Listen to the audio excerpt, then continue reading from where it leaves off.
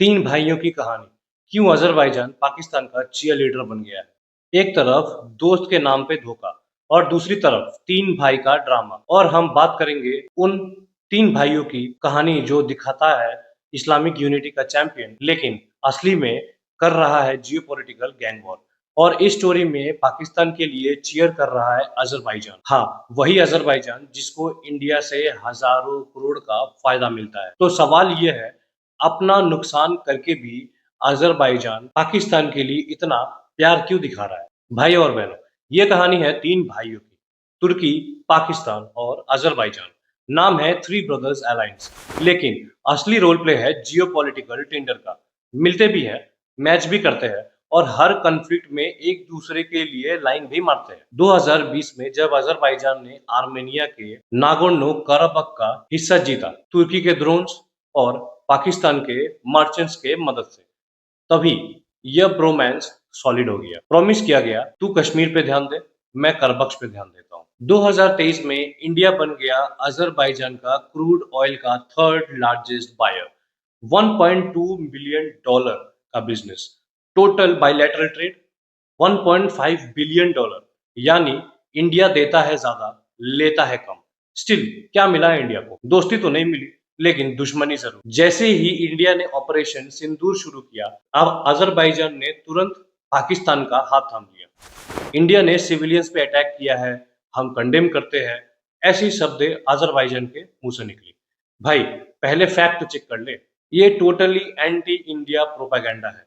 ये टोटली एक media war है। अजरबैजान की स्टेट कोलैटरल मीडिया, इन्होंने तो जैसे पाकिस्तान का पीआर कॉन्ट्रैक्ट ले लिया हो। आर्टिकल्स लिखे जा रहे हैं, इंडिया फेसिस्ट है, स्वास्तिका का ओरिजिन इंडिया से हुआ, वाटर टेररिज्म हो रहा है, मोदी वॉर मोंगर है। अरे भाई, इतना तो पाकिस्तान मीडिया भी नहीं बोलता है जितना ये लोग बोल रहे हैं। एक आर्टिकल तो ये भी कह रहा है कि इंडिया की एयरफोर्स बेइज्जती का शिकार हो गई। मतलब अपने ऑयल का पैसा हमसे ले रहे हैं और गाली पाकिस्तान के लिए देते हैं। वाह, डिप्लोमेसी है। पर असली टेंशन ये है आर्मेनिया।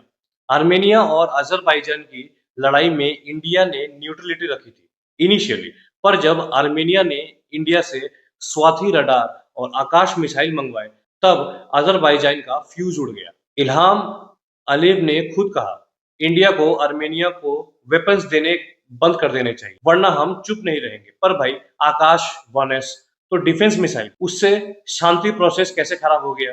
वो तो सिर्फ डिफेंस करेगा, वो ना फायर करेगा, ना किसी पे अटैक करेगा। या फिर सच ये है कि तुम्हें डर है कि आकाश कुछ ज्यादा ही काम का ना निकले? इसमें स्ट्रेटेजिक हिपोक्रेसी भी है, इसमें फेयर, मनी और इनसिक्योरिटी। एक तरफ अजरबैजान बोलता है कि इंडिया के मिसाइल्स बेकार है, दूसरी तरफ आर्मेनिया के ऑर्डर से ही हिल गया है। तो बताओ ना भाई, अगर आकाश मिसाइल इतना ही खराब है तो टेंशन किस बात की है?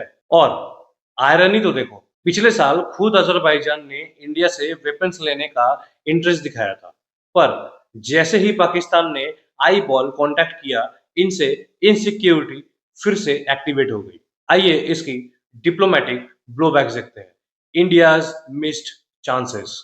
इंडिया ने हमेशा डिप्लोमेसी में सबको साथ लेकर चलने की कोशिश की। ना अजरबैजान की नागोर्नो करबख्श वॉर में इंटरफेयर किया, ना तुर्किश सिप्रस इशू में। स्टिल जब इंडिया पे वॉर हुआ तो इन्होंने पाकिस्तान का साइड ले लिया। और क्या आयरनी है, 30 साल से डिप्लोमेटिक रिलेशंस होने के बाद भी एक भी हाई लेवल बायलैटरल विजिट नहीं हुआ।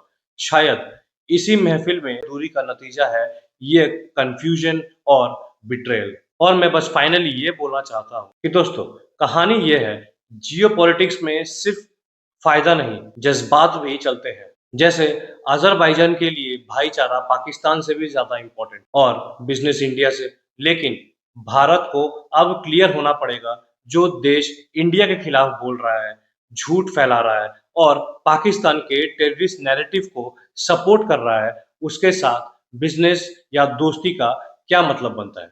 आपका क्या कहना है? क्या इंडिया को अजरबैजान से बिजनेस रिलेशन रिकंसिडर करने चाहिए? कमेंट्स में अपनी राय जरूर बताइए और माइंड नेशन को सब्सक्राइब, फॉलो और ये ज्यादा से ज्यादा शेयर जरूर कीजिए। धन्यवाद। और हाँ, भाइयों के नाम पे झूठ बिक रहा है, सच हम दिखाते रहेंगे इस माइंड एंड नेशन।